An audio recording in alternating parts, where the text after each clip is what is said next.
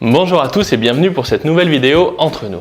Aujourd'hui, j'aimerais vous parler des assurances et du risque de dégradation d'un appartement quand vous faites de l'investissement locatif, puisque je suis en train actuellement de traiter le cas. Allez, on va en parler ensemble, c'est parti!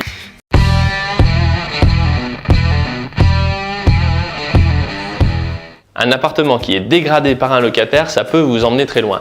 Par exemple, dans mon cas, il s'agit d'un studio, donc c'est pas très grand un studio, et pour autant, les dégâts s'élèvent à peu près à 15 000 €. Donc c'est quasiment ce que j'ai mis en rénovation dans ce studio pour le faire. Alors je vous passe les détails, mais la porte était défoncée, le Velux était cassé, le chauffe-eau est mort, la plomberie a gelé parce que visiblement il est parti un moment sans chauffer l'appartement, donc les canalisations, les joints ont pété et toute la plomberie est à refaire. Le carrelage des carreaux ont été cassés, le Linky d'EDF était mort et j'en passe sur le mobilier puisque c'est un meublé où les meubles sont complètement pourris, ont pris l'eau et sont hors d'usage. Plus toutes ces affaires qu'il a fallu déménager puisqu'il est parti en laissant tout en l'état sans ne prendre aucune affaire personnelle. Alors l'idée là-dedans, c'est que je vais vous expliquer en quoi servent les assurances à ce moment-là. Déjà, quand vous avez une assurance impayée, eh bien, il faut savoir que cette personne, il a fallu 2 ans pour l'expulser quasiment. Et pendant tout ce temps-là, l'assurance a pris en charge le loyer par trimestre et s'est occupée de la procédure. Et ça, c'est super important parce que ce qu'il faut bien comprendre, c'est que expulser un locataire qui ne paye pas, ça ne se fait pas comme emmener sa voiture au garage ou faire les comptes de syndic de son immeuble. C'est un relationnel humain, c'est un relationnel financier et c'est un relationnel juridique. Les assureurs sont capables de proposer des plans de redressement à vos locataires. Donc en fonction de ces moyens, ils vont être capables de négocier pour essayer de rétablir la situation tout en restant dans des clous légaux qui leur permettront de ne pas échapper ou de ne pas trop retarder une expulsion qui serait inévitable. Donc personnellement, l'assurance loyer impayé, c'est une des rares choses que je délègue parce que c'est vraiment un métier qui touche à l'humain. Et plutôt que d'en arriver à ne plus dormir la nuit et à vouloir casser la figure de votre locataire parce qu'en ne payant pas vos loyers, il vous met en danger dans votre vie personnelle, franchement, le prix d'une assurance, vous pouvez trouver ça cher à l'achat, mais quand vous vous en servez, je vous promets que ça vaut vraiment le coup. Il vous faut aussi une trésorerie suffisante quand vous avez un appartement pour encaisser les chocs entre les sorties et les rentrées d'argent.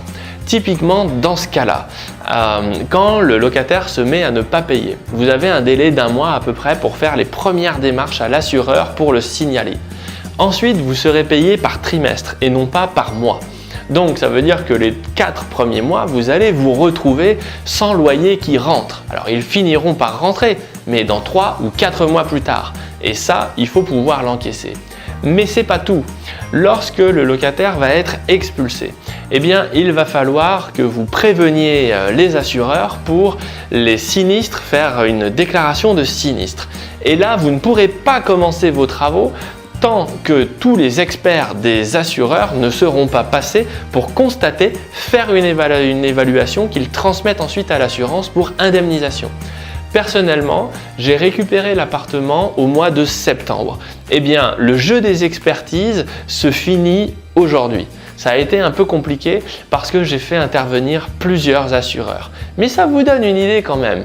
Ces gens-là ne sont pas pressés pour se déplacer. C'est vous qui êtes pressés, pas eux. Au-delà de ça, je me suis aussi aperçu de quelque chose, c'est que effectivement l'assurance loyer impayé prend en charge des sinistres dégradation immobilière. Dans quasiment toutes les assurances, c'est le cas. Mais il y a aussi une assurance propriétaire non occupant qui est obligatoire, que tous les propriétaires ne prennent pas forcément, mais elle est obligatoire. Et cette assurance peut prendre en charge aussi des dégradations immobilières pour vandalisme. Alors c'est un contexte un peu différent. Là dans le cas, ils vont prendre en charge le gel puisqu'il s'agit d'une dégradation du logement mais pas d'une dégradation locative. Ah voilà, du coup la nuance commence à être un peu compliquée, mais moi là où j'ai atteint très rapidement le plafond de ma première assurance impayée, eh bien je vais pouvoir être complété par mon assurance propriétaire non occupant. Et enfin, il y a une troisième assurance qu'il ne faut pas négliger, c'est l'assurance de votre locataire. car lorsque vous avez un locataire, il a l'obligation, lui, de prendre une assurance multirisque habitation. Et ça, c'est à vous, en tant que propriétaire, de vous assurer que chaque année, il est bien assuré. Si vous ne le faites pas, eh bien c'est un assureur de moins que vous pourrez appeler quand vous allez subir un sinistre. Donc là, vous voyez déjà, on a vu qu'on pouvait faire passer 3 experts différents. L'expert de l'assurance impayée, l'expert du propriétaire non occupant, de l'assurance propriétaire non occupant, et l'expert de l'assurance multirisque habitation de votre locataire. Donc vous voyez, ça explique aussi un peu pourquoi il y a du délai. Eh bien, ces délais, c'est pareil, c'est des mois de loyer que vous ne toucherez pas et qui ne seront pas indemnisés et qui vous avez intérêt à avoir de côté si vous ne voulez pas souffrir. Enfin, dernier élément, il se trouve que les assureurs vont effectivement en payer une partie, mais lorsqu'un assureur fait un état des lieux, il enlève une quote-part pour la vétusté de l'appartement. En l'occurrence, ça fait 10 ans que j'ai fait les travaux de remise à neuf, donc il y a une décote de 50% sur les travaux pris en charge, sur le plafond. C'est-à-dire que le plafond de l'assurance était à 3 600 € de dégradation immobilière, eh bien il n'y a plus que 1 800 € de prenable en charge par l'assureur. Vous voyez, donc vous allez absorber une grosse part du coût des travaux suite à une dégradation immobilière. C'est comme ça, vous n'aurez pas le choix. Donc voilà, ces sommes-là de délai de trésorerie, de délai pour faire jouer les assurances et ensuite le délai pour faire les travaux et relouer, plus le coût résiduel des travaux que vous aurez à supporter, vous devez le prendre en compte dans vos plans de financement quand vous faites une opération d'investissement locatif. Voilà, j'espère que ce petit point sur les assurances vous a permis de vous mettre un peu à jour. Et puis si vous avez des questions ou des expériences à partager dans les commentaires, n'hésitez pas, on est entre nous, personne ne nous regarde. Et puis moi je vous dis à bientôt pour de nouvelles vidéos. Ciao! On parle souvent des riches, mais c'est combien finalement être riche? Ah c'est différent pour tout le monde, ça dépend d'un tas de choses. Oui, mais nous allons essayer de quantifier tout ça précisément pour savoir de quoi on parle.